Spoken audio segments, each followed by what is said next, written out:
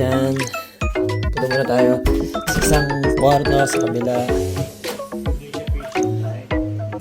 So yun, pinipihin na tayo ng pagkain. Thank you very much, Mr. Dulutan. So napakasarap ng kanyang preparation. So umaga na naman, wala kaming pasok ngayon. May kape na din. Guys, medyo masama pa pakiramdam ko. Let's sit na with Mr. Dulutan.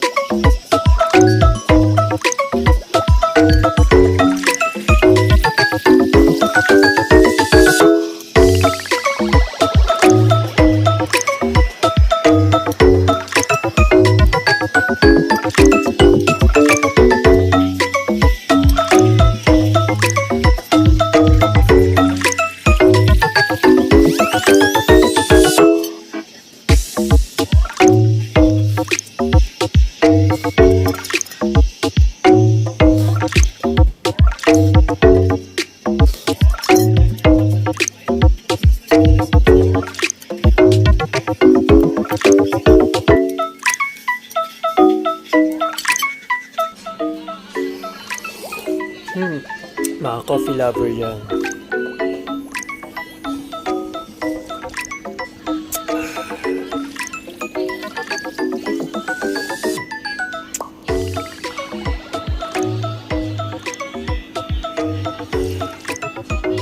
Ooh.